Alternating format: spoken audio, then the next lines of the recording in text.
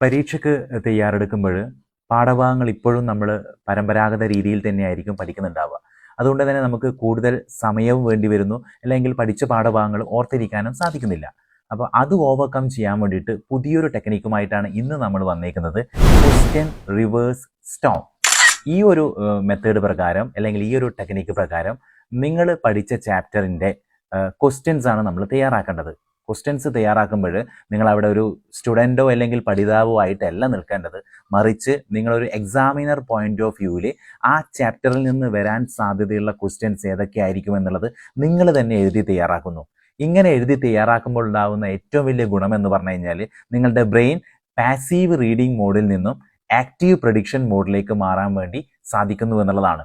ഇതുവഴി നിങ്ങൾക്ക് പഠിച്ച പാഠഭാഗങ്ങൾ വളരെ എളുപ്പത്തിൽ ഓർത്തു വെക്കാനും എക്സാമിന് ഈസി ആയിട്ട് എഴുതാനും കൂടി സാധിക്കും എന്നുള്ളതാണ്. അപ്പോൾ ട്രൈ ദിസ് മെത്തേഡ്.